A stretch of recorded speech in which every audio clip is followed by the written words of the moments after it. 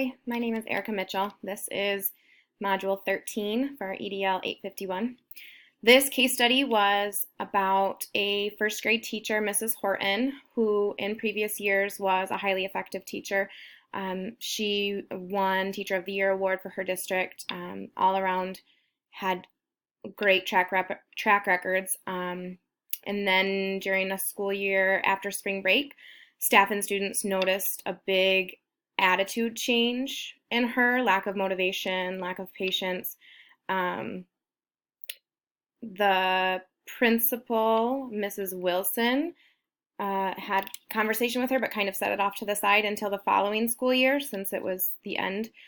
And within the first 6 weeks of that next school year, there were a lot of complaints from parents and student and other staff about her behavior, about how the way she was handling situations and treating and talking to staff and students. There were some things going on at home, some changes that she was going through, and that's suspected to be maybe a reason that her attitude had changed. So Mrs. Wilson needs to, as the principal, effectively approach this situation and come up with a solution and a plan for everyone. So the problem that was identified, and analyzing that, first we have to think about what do we know about Mrs. Horton, and we know that she was an effective teacher previously. She did have good evaluations and good track records. That's one of the reasons she got Teacher of the Year. We do know that there were some things going on at home and that her behavior was changing simultaneously with some changes that were at home. There was a lot of concerned parents and even a parent that came in to have a meeting, and it turned into Mrs. Horton having an outburst and verbally yelling back at this parent, not really being the best communicator. So what I need to know as the administrator, if I were the administrator in this situation, is why is she acting this way? What has happened either at school or at home or just in her life? Why is this behavior happening now when it's not like her? And I also need to focus on students. What are they feeling? What is their take on the situation? What are they noticing? If they've noticed any significant changes in the classroom that has not been reported. What is the climate of the classroom? Is it welcoming? Is it intimidating? What does she provide the class climate-wise? And I do want to know what was discussed with Mrs. Horton and Mrs. Wilson during their meeting regarding the language arts curriculum that she refused to use. The changes to the curriculum, she just wasn't following the curriculum. And there was a private meeting that was held. I'd like to know what was happening in that meeting, what they discussed, if there was anything other than the phonics program or the language arts program discussed. I'd love to look at her past evaluations, see where she was marked highly effective and just her efficacy in all areas. And I would definitely call the superintendent about the probation protocol for our district and our school. What does that look like for teachers and staff in regards to getting a substitute if it comes down to finding that's necessary? So the problem in this situation is that Mrs. Horton is acting very unprofessional, and it's negatively affecting students and staff in the entire school climate in general.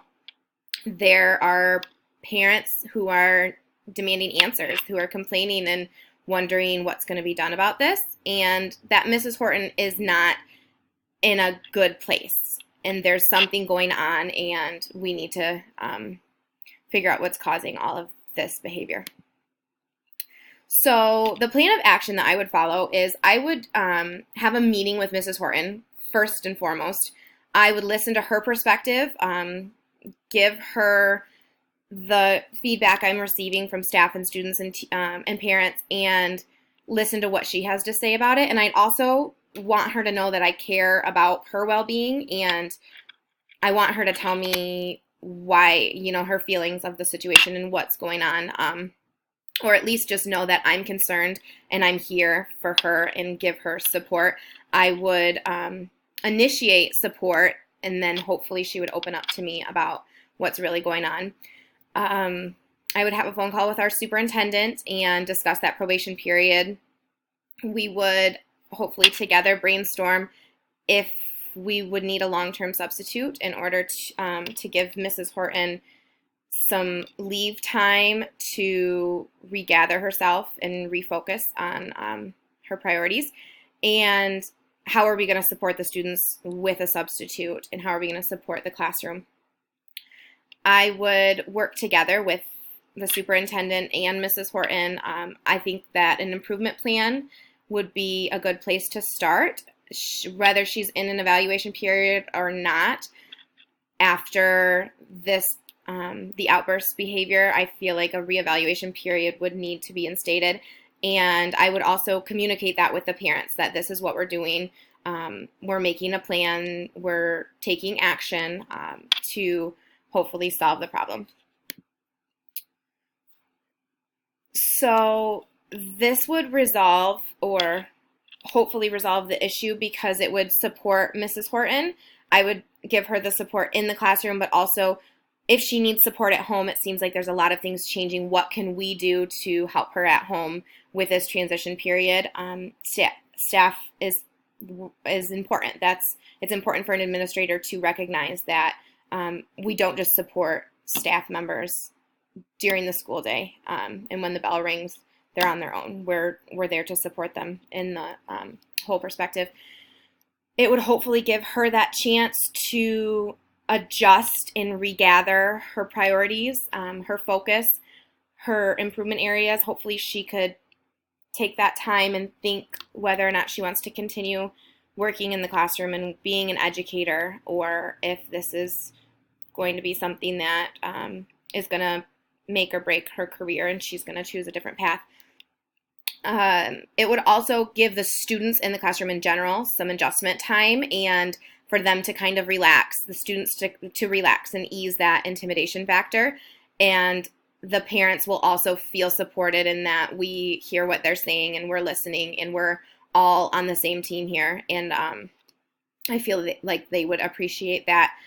This would hopefully remind Mrs. Horton and other staff members of the expectations of the school and behavior, and it would keep Mrs. Wilson informed on what's going on.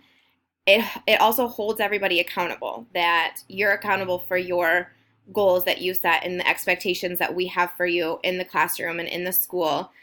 It would be interesting to gather some data during that reevaluation period. What can we look at? What focus areas can she concentrate on? And whether or not that is showing improvement in her attitude and her teacher efficacy.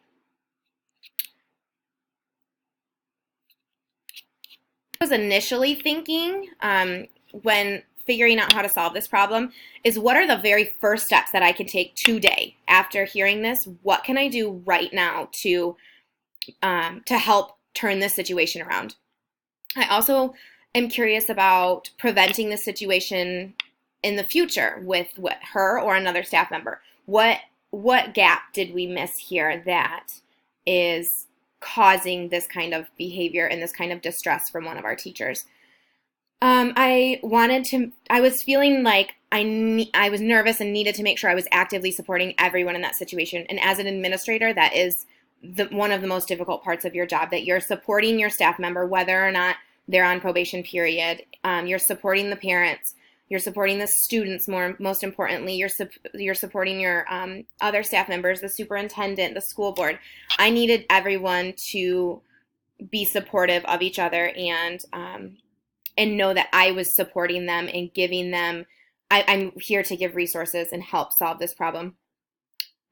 I value student success and student well-being. If you're in a classroom with a teacher who wants to be there, you will be successful and you will be a happy student to be there. They go hand in hand. I need to know that my students feel safe. I need to know that they feel secure in their learning environment, as well as my staff members, that they work together as a team and that they know that I am there for them to help them and lead them as a whole group, not just focusing on one staff member and ignoring the needs of the rest. I value the parent concerns. It's really important to listen to parents when they have something concerning them or have something to say regarding students and their child's education. That is their priority, and they have every right to have a say in how we're addressing that. And as a whole school, we need to know that we need every member of that group of the staff to be their very best in order to be successful. So how is this situation valuing our student success goals and making that a priority along the way? So there still are some issues that might be unresolved after this plan, and that's parent and school relations. Did the parents feel that they were heard? Did they feel that we took steps initially, or that we were putting things off, or we were not addressing it right away? As well as the student and teacher relationships. How is that going to affect if Mrs. Horton were to come back and continue to teach her students, even if there wasn't a substitute or a probation period?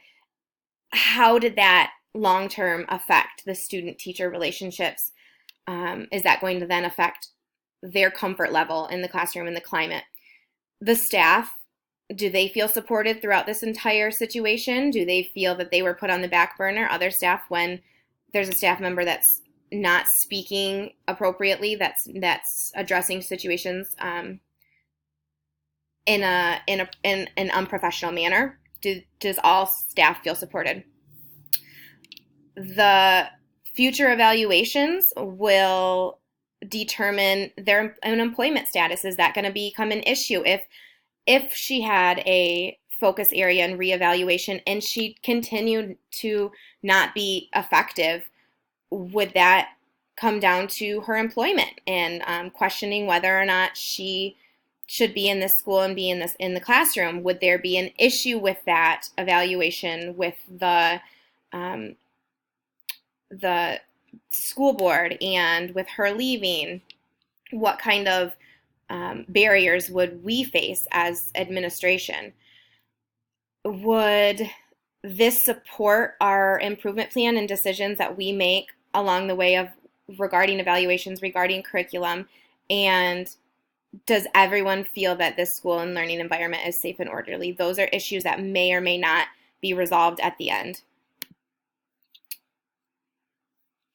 So in order to promote academic success, this plan supports teacher efficacy, and we know that when a teacher is effective, students are going to perform and they're going to absorb information and they're going to show success.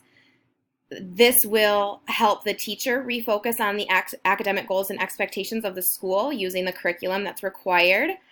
It will guarantee, or it will motivate Mrs. Horton to meet those requirements and meet those expectations.